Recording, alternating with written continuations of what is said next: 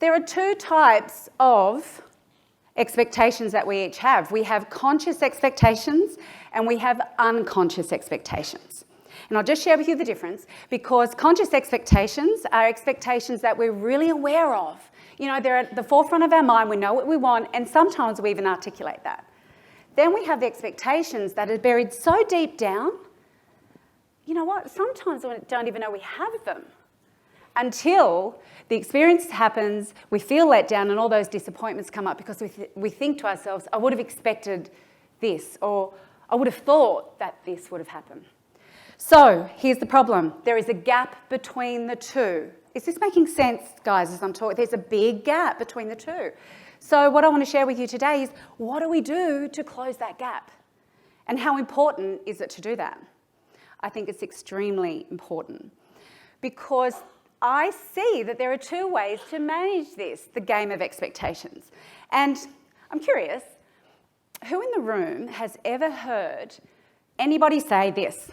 You know what? I've got zero expectations, and that way I'm never going to be disappointed. Has anybody heard that? Has anyone heard that? Yes. And keep your hand up. Have you maybe used this as a strategy for yourself sometimes because you've been let down? Hand up if you've used it yourself. Okay. Here's the problem with that. If that's your strategy, that means not only do you expect mediocrity, it actually means you accept it. And come on, guys, in life, is that really good enough? No, it's not. Therefore, I'm going to share with you my insights into how to close that gap. I've got a bit that I want to run through with you, and I'm going to go pretty fast. Is that okay if I run through this? Beautiful. So there are three core areas we need to focus on. Number one, we have to manage ourselves around our expectations. Number two, we have to really understand communication that cuts through in terms of expectations of others and ourselves. And finally, knew I'd do that. Finally, we have to have commitment to results around expectations on performance. So I'm going to share with you 5 key strategies in each one of those core elements so that I can arm you with some tools and some resources so that you can go out of those doors today and actually start changing the status quo. Does that sound good? Would that be handy? Okay, so let's dive into this. Of course, it all starts with self-management, because if we don't get what's going on up here right, you've got no chance of getting what's going on out there right. So, self-manage it. The very first thing is you must have certainty of purpose. Now, it's a Kickstart event.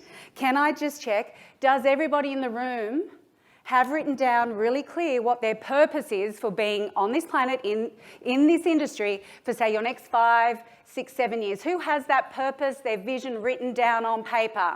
Be honest, guys. How many have it? Okay, the rest of you who don't, please write this down. If you don't know why you're doing anything, how can you expect to ever get there? Could be a clue. Number 2, it's so critical that you challenge your beliefs. You know, in life, which is literally just a whole series of experiences that we have, our experiences are driving our beliefs because something will happen to us. We will attach a meaning to that about what that means, which then we then, I guess, set up a bit of a rule or a bit of belief around what that means. And we then carry that forward forever and a day. And sometimes those beliefs are what are holding you back. So to manage yourself, I'd love you to challenge your beliefs around what you believe and what you expect will be happening. Example, and this is just classic, it couldn't have happened at a better time. I'm running a small group 90-day accountability challenge at the moment.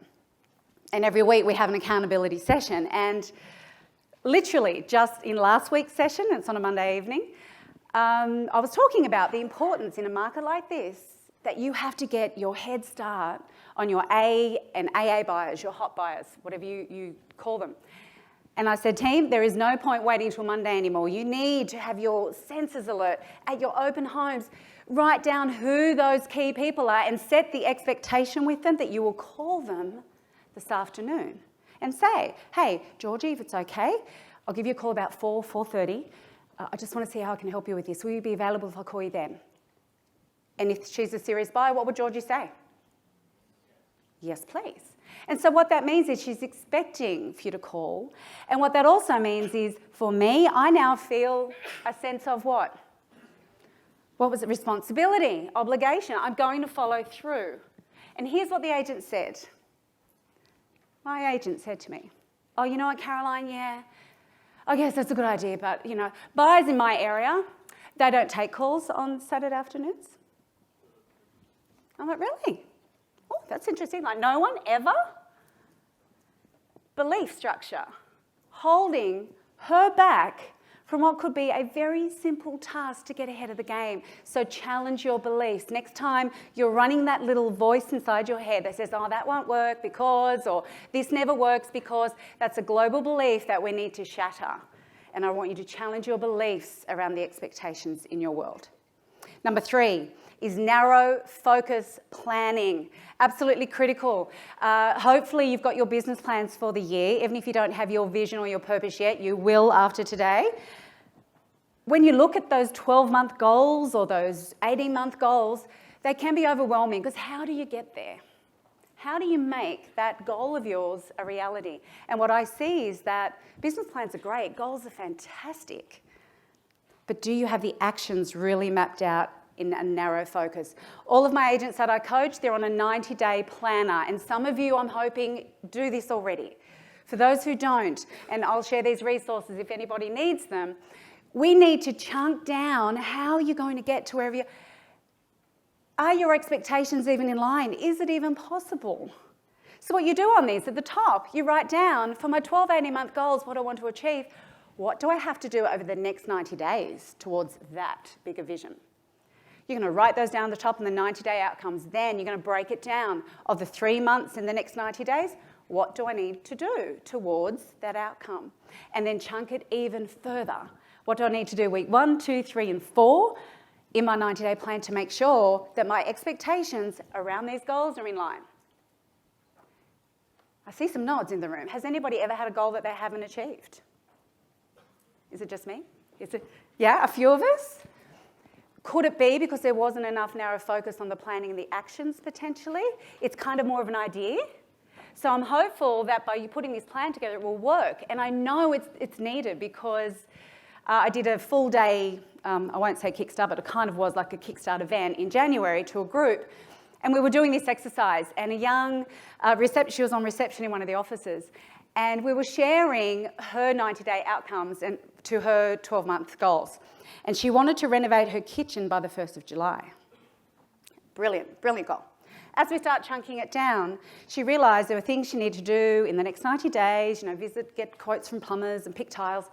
But she also had to save a certain amount of money each week. And it wasn't until she wrote down in this planner how much she'd need to be saving to get there that she realised what? No chance. No chance. Now, what does that do to you? If you're not managing your own expectations with narrow focus, do you start to feel like, oh, I never hit my goals? Nothing, goals don't work. I love that one. Oh no, running into goals, it doesn't work. Well, I think we have to get really clear about what we need to do to get there. So this template could be something that I feel will help you with your own personal self-management on where you want to be. I also feel you need to apply start and finish times to everything. This is my new favourite thing. Call me crazy, maybe I am, but I know how long I'm going to spend on everything I do. Everything. Whether it's walking the dogs, whether it's doing the gardening. My new favourite one is my 15 minutes of Facebook. That's all I do every morning now. It was taking up so much of my time. So what I'm doing now, and it's like a revolution, I look at my clock while I'm eating my cereal and go, oh, okay, it's 7:15. I'm going to be done by 7 o'clock. And I just do as much as I can in that start and finish time. I don't sit there now and go, I've got to clean it up, got to keep going. How much time do you lose? And when you don't complete your tasks, don't complete the things that you want to, do you start to think, I'm letting myself down? What are your expectations saying to yourself? So start and finish times to everything. I even do it with social events. I tell my friends, some of them love going out, like, yeah, big one tonight. I'm kind of a bit over that now. So I go, oh yeah, okay, let's start at 6. I need to be gone by 9:30 because I'm doing X, Y, Z in the morning. I no longer get all that, come on, Caroline, stay, just have one more. because I'm putting start and finish, managing their expectations as well as mine. Try the start and finish times. Trust me, it's awesome. I love it. Number 5, and this is the most important thing for self-management here, you must have complete and utter honesty with yourself about if something is possible or not. And you know that little gut instinct when you're saying, I'm going to do this, I want to achieve that, and you're kind of feeling maybe a little bit uneasy? Listen to that. Use a 90-day planner. You must be honest. Otherwise, you will end up always feeling disillusioned.